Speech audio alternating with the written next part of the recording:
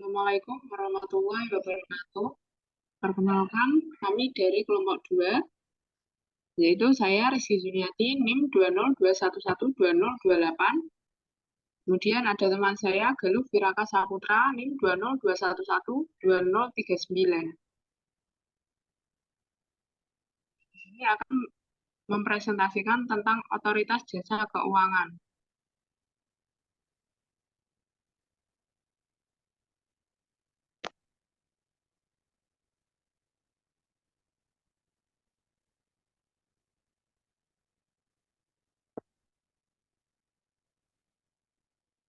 Selanjutnya ada sejarah dan pengertian Otoritas Jasa Keuangan. Pada tahun 1997 sampai 1998, Indonesia mengalami krisis ekonomi yang kacau. Salah satu cara yang dilakukan oleh pemerintah untuk menghindari krisis ekonomi tersebut dengan membentuk suatu lembaga pengawasan independen yang bernama Otoritas Jasa Keuangan atau OJK. Kemudian OJK merupakan lembaga yang independen dan bebas dari campur tangan pihak lain yang mempunyai fungsi, tugas, dan wewenang pengaturan, pengawasan, pemeriksaan, dan penyidikan. Dan ada tujuan dan fungsi OJK. OJK memiliki tujuan agar keseluruhan kegiatan di dalam sektor jasa keuangan terselenggara secara teratur, adil, transparan, akuntabel, dan mampu mewujudkan sistem keuangan yang tumbuh secara berkelanjutan dan stabil serta melindungi kepentingan konsumen dan masyarakat.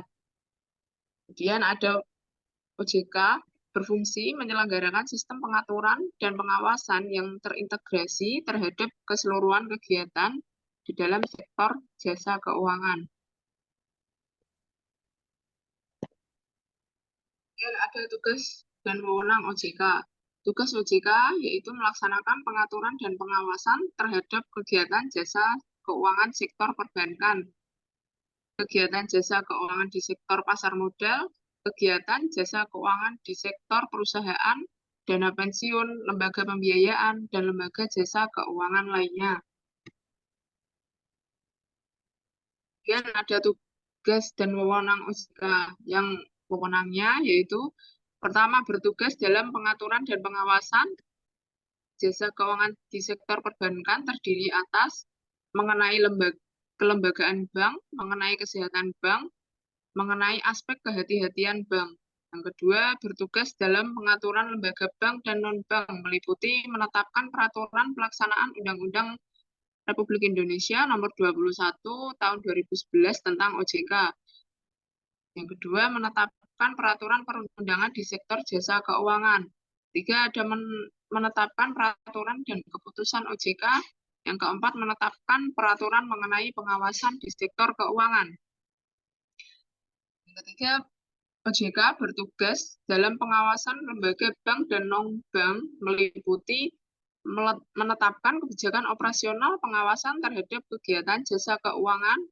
Dua, mengawasi pelaksanaan tugas pengawasan yang dilaksanakan oleh kepala eksekutif. Ketiga, memberikan perintah tertulis kepada lembaga jasa keuangan atau pihak tertentu. Yang keempat, melakukan penunjukan pengelola statuter. Yang kelima, menetapkan penggunaan pengelola statuter. Kemudian akan dilanjutkan oleh teman saya. Terima kasih. Akan saya lanjutkan struktur organisasi OJK. Susunan Dewan Komisioner OJK terdiri atas seorang ketua merangkap anggota, B. Seorang wakil ketua sebagai ketua komite etik merangkap anggota, C. Seorang kepala eksekutif pengawas perbankan merangkap anggota, D. Seorang kepala eksekutif pengawas pasar modal merangkap anggota, E. Seorang kepala eksekutif pengawas parasuransi, dana pensiun, lembaga pembiayaan, dan lembaga jasa keuangan lainnya merangkap menjadi anggota. F. Seorang ketua Dewan Audit merangkap anggota. G. Seorang anggota yang membidangi edukasi dan perlindungan konsumen. H. seorang anggota ex office dari BI yang merupakan anggota Dewan Gubernur BI.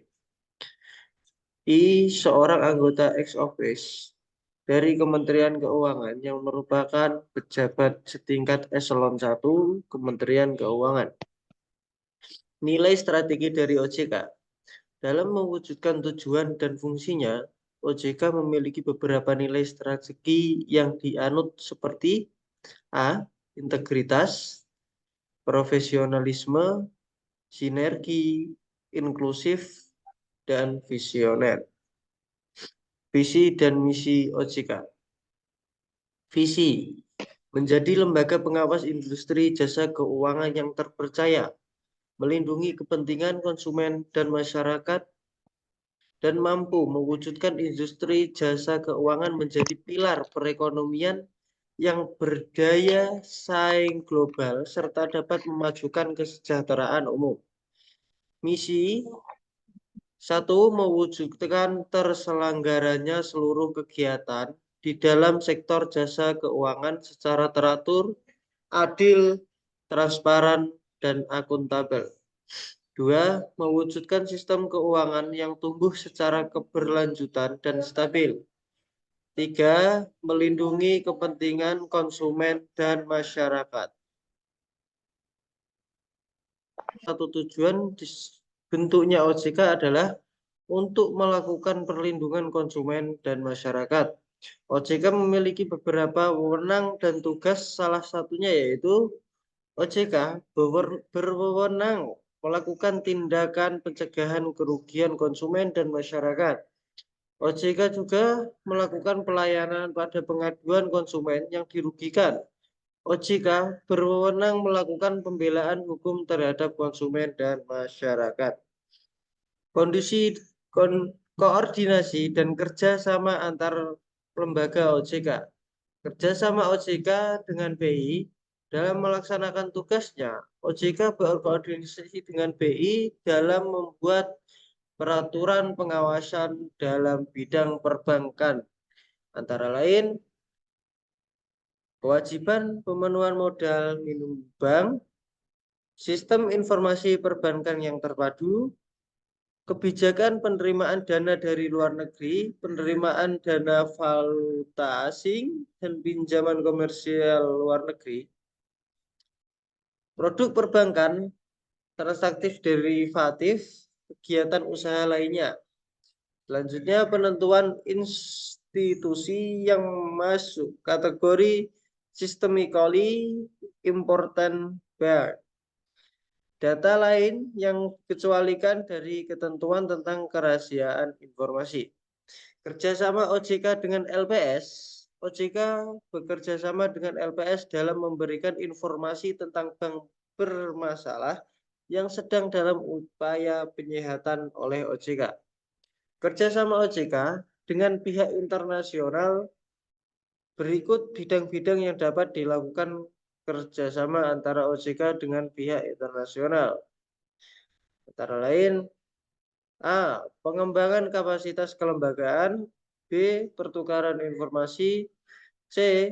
Kerjasama dalam rangka pemeriksaan dalam penyidikan serta pencegahan kejahatan di sektor keuangan.